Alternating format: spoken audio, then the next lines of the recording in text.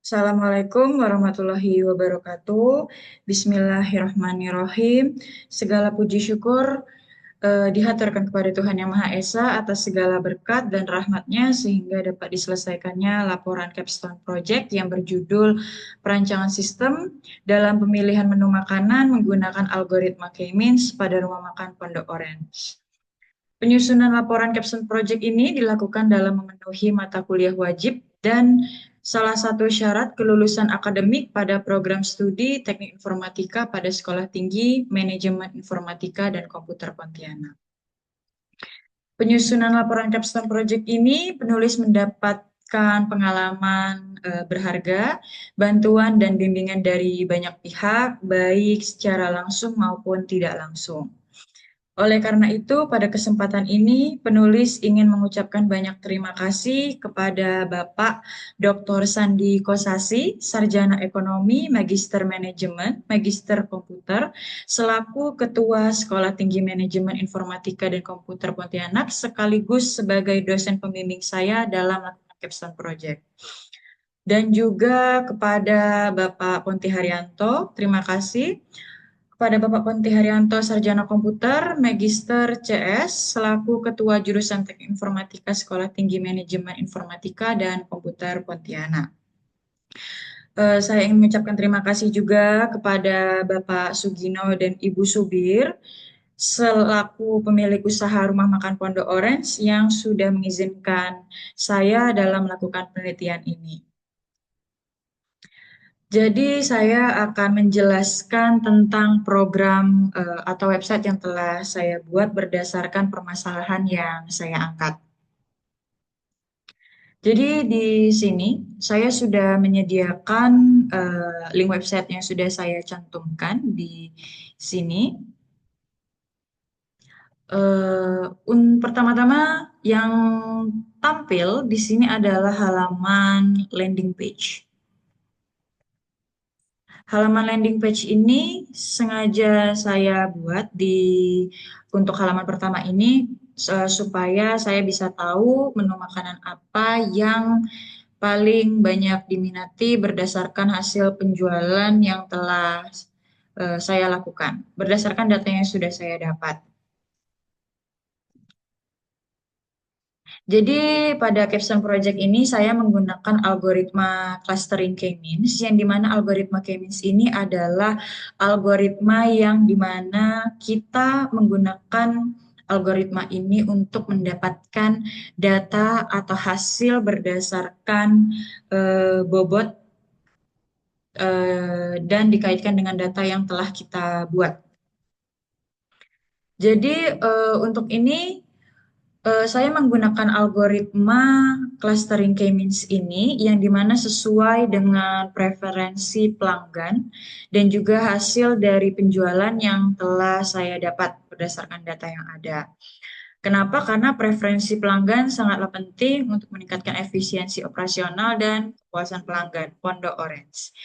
Yang dimana rumah makan ini telah beroperasi di Kuburaya, Kalimantan Barat sejak 2008. Jadi langsung saja saya jelaskan website saya yang telah saya buat ini.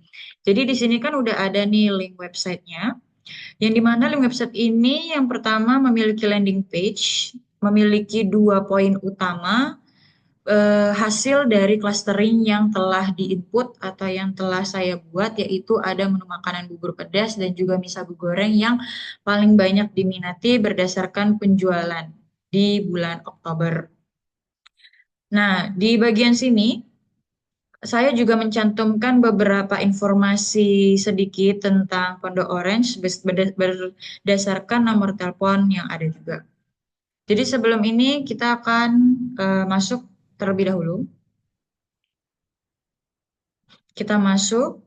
Nah, pas kita masuk ini, kita akan masuk ke halaman login, yang dimana halaman login ini kita juga memiliki 2 poin utama, itu ada login dan juga register. Jadi kalau misalkan register ini, kalau misalkan diklik bagi pengguna awal-awal atau yang mau masuk, ini kalian bisa mendaftarkan identitas kalian, yaitu nama, terus juga dicantumkan juga email, password, dan Habis itu bisa dikonfirm password. Itu untuk yang register. Tapi untuk halaman login ini ketika kita sudah memiliki akun email dan passwordnya. Cuman saya ini membuat website penjual, bukan website pembeli.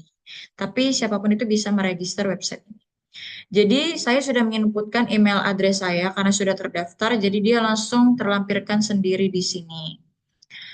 Kalian juga bisa mengklik Remember Me untuk mengingatkan bahwa kalian sudah mendaftar atau meregister pada website ini. Jadi ketika kalian sudah masuk ke halaman email address atau password, saya bisa langsung masuk ke halaman login.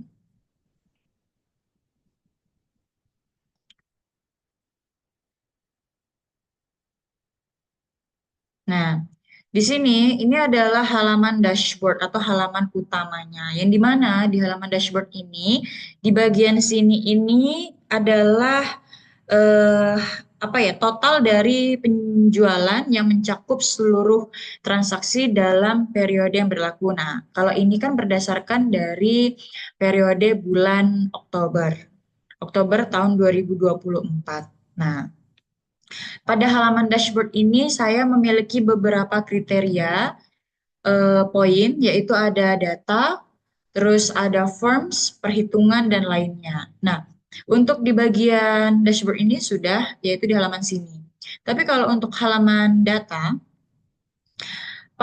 kalau misalkan saya mengklik bagian data ini, dia ada beberapa poin yang dicantumkan seperti data menu makanan, data bahan baku, data pemasok, data karyawan, data inventaris, dan juga data penjualan. Yang dimana sudah saya tuliskan dan sudah saya cantumkan nih.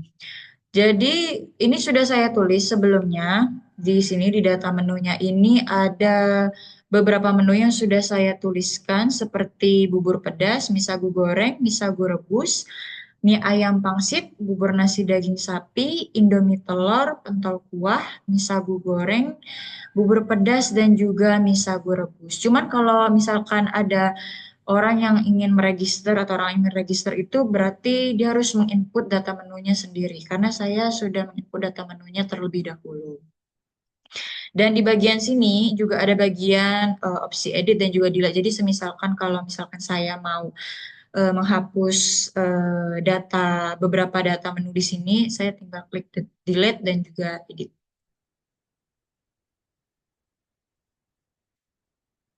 Terus di sini juga ada data bahan baku. Data bahan baku ini adalah data yang dimana sudah saya tuliskan seperti pengeluaran dalam pengolahan menu makanan yang akan dibuat di rumah makan Pondok Oren seperti beras beserta satuannya, mie sagu beserta satuannya, dan lain-lainnya beserta harganya. Ini kalau diklik edit, dia bakalan langsung ke halaman form yang dimana kita bisa merubahnya nih. Misalnya kita ingin mengubah ini menjadi kode berapa, ini beras juga berapa. Kenapa saya memilih untuk menulis sendiri satuannya atau kilonya karena tidak ada opsi select, jadi kita harus manual. Saya memilih manual untuk menulis satuan stok dan juga harganya. Ketika kita sudah membuat updatean atau edit dari data bahan ini, bisa klik update, nanti dia bakalan keluar hasil dari update yang telah kita buat. Nah, seperti ini dia akan muncul bahan berhasil diperbarui. Kita pindah ke halaman pemasuk. Data pemasuk ini adalah data yang dimana dari pihak rumah makan Pondok Oren ini membeli barang-barang atau sayur mayur yang akan dibeli. Misalnya seperti toko Citra Indah untuk membeli para bumbu-bumbu yang ada, dan ini sudah tercantum alamatnya, nomor telepon, dan juga ini view, edit, dan delete-nya.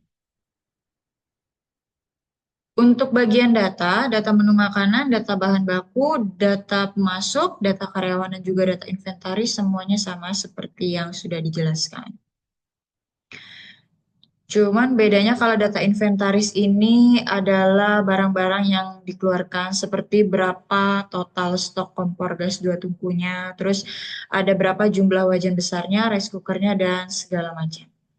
Dan di sini akan terlihat bahwa kondisi dari barang ini baik atau kurang baik.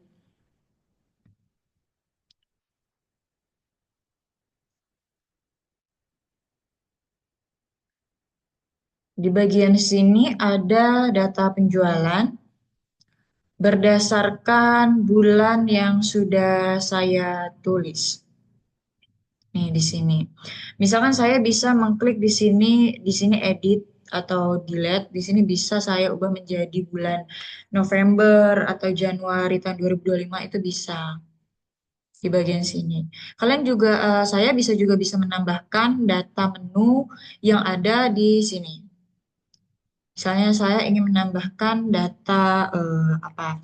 Misalnya bubur pedas. Di sini bisa langsung diklikkan tanggal berapa, misalnya tanggal 6. Banyak terjualnya bisa 125. Harga per unitnya 14.000. Kenapa saya memilih durasi penjualannya satu? Karena berdasarkan dari bab 3 yang telah saya buat, memang durasi penjualannya satu karena memang dari Rumah Makan Pondok Oren pihaknya itu menjual makanan langsung, bukan di mitra yang mendistribusikan makanannya ke toko-toko lain, bukan. Untuk bulan periodenya bisa disesuaikan dengan yang kita mau. Misalnya Januari, submit. Submit ini untuk mengumpulkan hasil data yang ada. Nah, penjualan berhasil ditambahkan. Ketika sudah muncul opsi seperti ini, atau notif seperti itu, otomatis dari sininya sudah tercantum nanti. Hmm.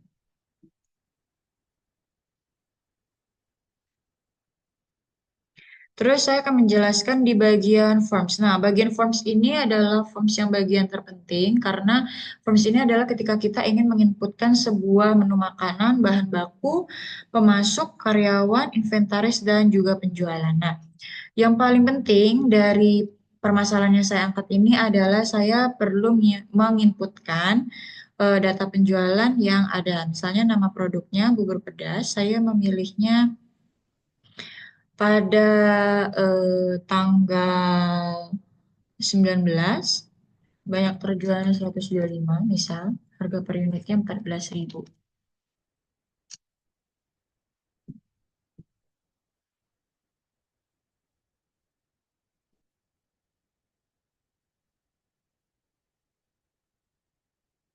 Terus saya ingin menginputkan lagi misalnya menu makanan yang lain.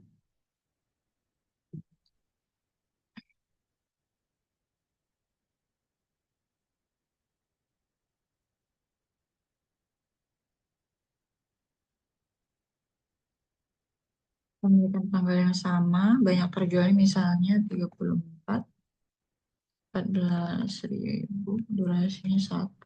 Untuk durasi penjualan beserta bulan periodenya saya masukkan dengan tanggal dan bulan yang sama.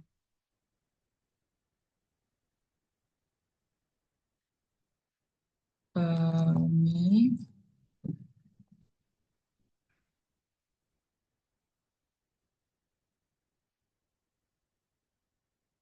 banyak terjualnya juga misalnya 89, harga per unitnya 15.000.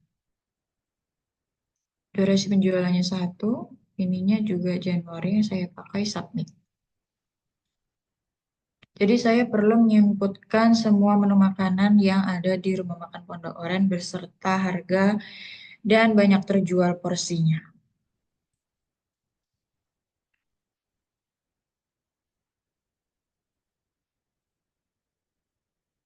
Banyak terjual misalnya 112, ini 11.000.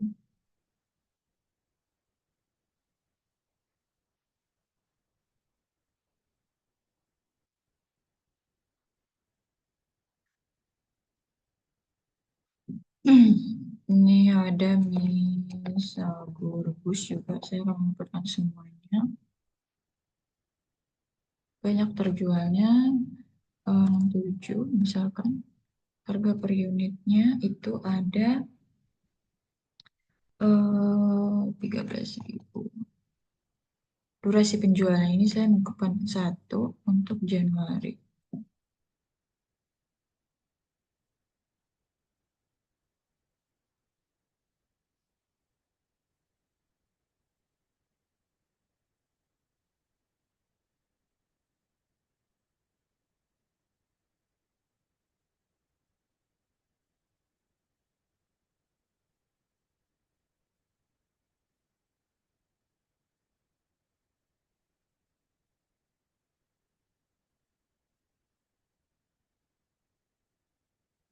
Seperti ini sudah semua.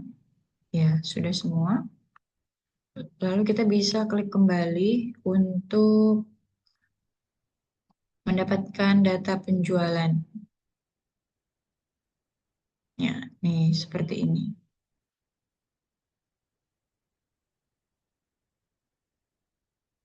Di sini, kalau misalkan sudah, kita kembali.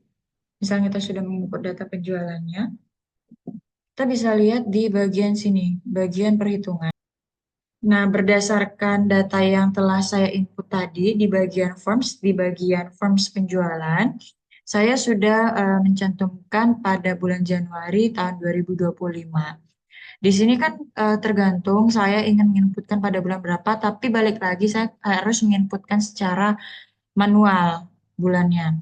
Jadi tadi saya menginputkan pada bulan Januari. Nah, di sini dia sudah terpampang kalau di sini salah salah harga, maaf. Oke, bentar.